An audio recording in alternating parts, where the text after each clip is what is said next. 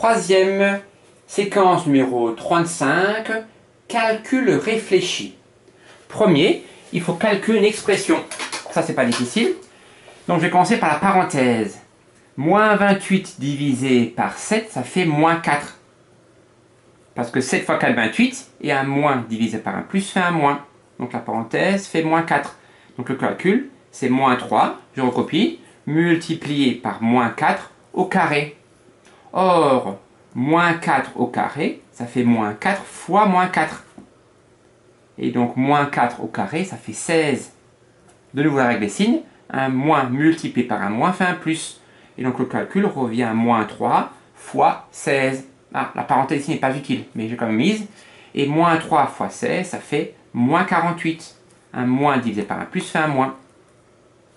Deuxième, il faut faire la liste de tous les diviseurs de 168. 168, c'est 1 fois 168, bien sûr. Mais comme le chiffre des unités, c'est un 8, c'est aussi un multiple de 2. C'est 2 fois 84. La somme des chiffres fait 15, donc c'est un multiple de 3. Et c'est 3 fois 56. Comme 84 est divisé par 2, le nombre 168 est aussi un multiple de 4. Ça fait 4 fois 42. Ça fait aussi 6 fois 28. 7 fois 24, 8 fois 21 et 12 fois 14. Voilà, j'ai fait la liste de tous les diviseurs de 168. Et vous voyez bien que ça marche toujours par paire. Donc il y a un nombre pair de diviseurs, sauf si le nombre est un carré. Troisième, on a des droites parallèles et il faut calculer une longueur. Donc bien sûr, on pense à appliquer le théorème de Thalès. Pourquoi est-ce qu'il s'applique? Il s'applique car je sais que les droites AB et DE sont parallèles. J'ai des droites parallèles et j'ai aussi des droites séquentes. En l'occurrence, la droite AE et la droite BD sont séquentes en C. Je peux donc appliquer le théorème de Thalès d'après le théorème de Thalès. J'ai déjà mis des couleurs. Donc j'ai un triangle ici hachuré en crayon de papier et un triangle hachuré en jaune. Et donc j'ai trois rapports qui sont égaux. Donc premier, je vais commencer par le triangle en hachuré en haut. J'ai la longueur AC qui mesure 2, divisé par le côté correspondant ici, 7, 2 sur 7, égale le côté hachuré ici 3, et le côté correspondant ici DC, et le côté AB divisé par le côté correspondant DE. Le dernier rapport n'est pas trop utile, et donc je peux calculer la longueur DC en effectuant le produit en croix. 2 fois DC égale 7 fois 3. Donc 2 fois DC égale à 21, et donc DC est égal à 21,5 qui fait 10,5 cm. J'ai encore un peu de place ici, je peux faire une autre méthode. Les deux triangles ici sont semblables. Pourquoi sont-ils semblables? Parce qu'ils ont ici deux angles ici qui sont opposés par le sommet. Et ici, on a deux angles alternes internes formés par les droites parallèles. Donc les angles alternes internes sont égaux. De même, cet angle-là est égal à cet angle-là, car ils sont alternes internes formés par des droites parallèles. Et donc, les deux triangles ont les angles égaux 2 à 2, donc ils sont semblables. Ça veut dire que le triangle jaune, c'est un agrandissement du triangle au crayon de papier. Donc, je vais faire un tableau de proportionnalité. Donc là, j'ai les côtés du triangle ABC.